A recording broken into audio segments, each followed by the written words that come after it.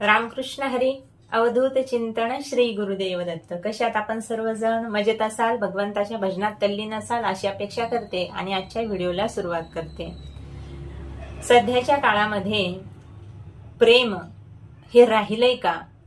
खरंच कुणाचं कुणावर प्रेम आहे?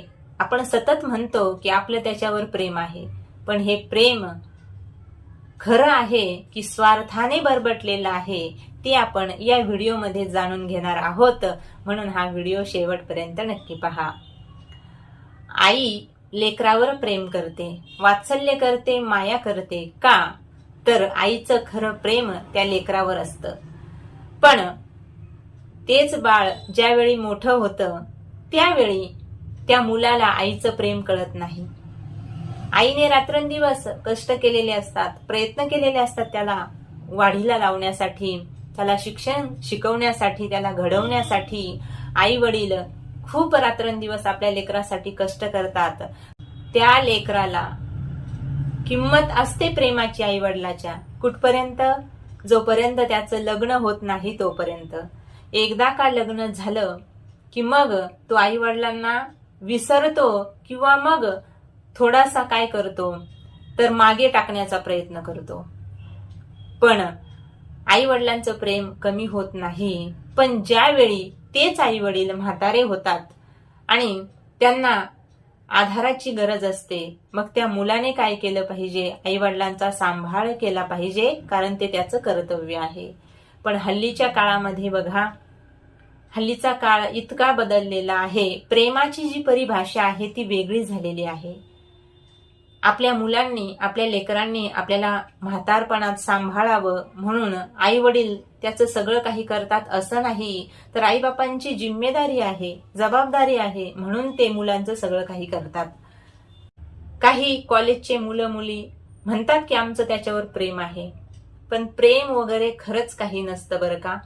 प्रेम जर तुम्हाला करायचं असेल तर ज्यांनी जन्म दिला त्या आई वडिलावर करा, आपल्या भारतभूमीवर करा, आपल्या संतांच्या विचारावर करा, आणि ज्या देवाने आपल्याला जन्माला घातलंय ना त्या देवावरती प्रेम करा, त्याच्या नामावरती प्रेम करा, त्याच्या भजनावरती प्रेम करा.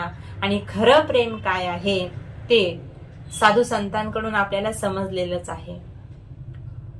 साधू संतांना इतका त्रास झाला पण त्यांनी कधीच देवाला सांगितलं नाही. आता देवाला काही सांगण्याची आवश्यकता नाही, देव सर्व जाणतो. पण तरीही माझ्या देवाला माझ्यामुळे त्रास नको म्हणून अनेकांना दिवसभर जेवण भेटलं नाही, तरीही या संतांनी कसल्याही प्रकारची देवाकडे तक्रार केली नाही. का?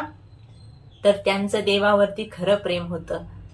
खरं प्रेम वेगळं आणि स्वार्थीपणाने केलेलं प्रेम वेगळं.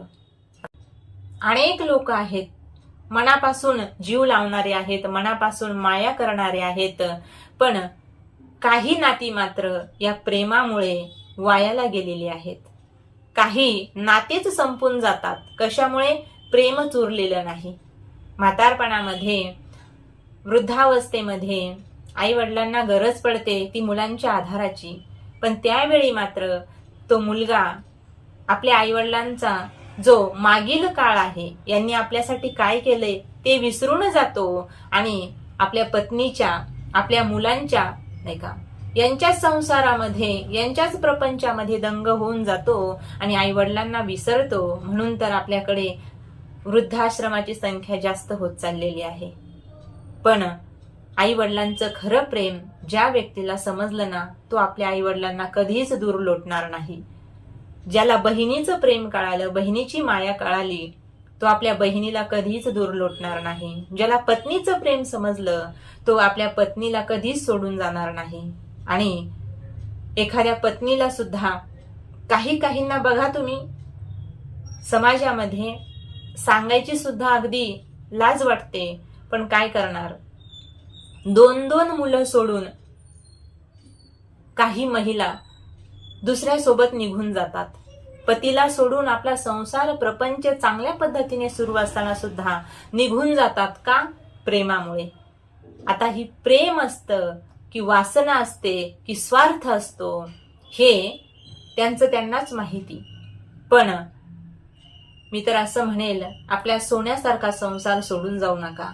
ऍडजस्टमेंट करा, नाही का. कुठेतरी काहीतरी ऍडजस्ट केल्याशिवाय, नाही का, प्रयत्न करायचे आहेत आपण आपला प्रपंच टिकवण्यासाठी. पण काहींचं असं आहे, आपल्या पतीची आर्थिक बाजू जर नाजूक झाली तर त्या महिला, ज्याची आर्थिक स्थिती चांगली आहे त्याच्यासोबत लग्न करायला तयार होतात. आणि आज अशा अनेक महिला आहेत, नाही का, ज्यांच्याशी लग्न झाले त्या पतीला सोडून इतरांच्या सोबत राहतात. मग हे काय प्रेम आहे का? नाही. हा फक्त स्वार्थ आहे. आणि हा स्वार्थ कुठपर्यंत आपल्याला साथ देतो? जोपर्यंत आपलं शरीर चांगलं आहे, नाही का, डोक्यातील विचार करण्याची पात्रता आपली चांगली आहे, तोपर्यंत आपल्याला सगळेजण साथ देतात. पण जेव्हा तुमचं वय होतं तेव्हा मात्र लोक तुमच्यासोबत तसाच व्यवहार करतील जसा तुम्ही अगोदर काही लोकांसोबत केलेला आहे. म्हणून बघा, प्रेम भगवंताचं देणं आहे. हे प्रेम कुणावर केलं पाहिजे? तर आपल्या जन्मदात्या आईवडिलावर केलं पाहिजे, संतांच्या विचारावर केलं पाहिजे, ज्याने जन्माला घातलंय त्या देवाच्या नामस्मरणावर केलं पाहिजे. म्हणजेच खऱ्या अर्थाने या प्रेमाला किंमत मिळेल असं मी म्हणेल. रामकृष्ण हरी.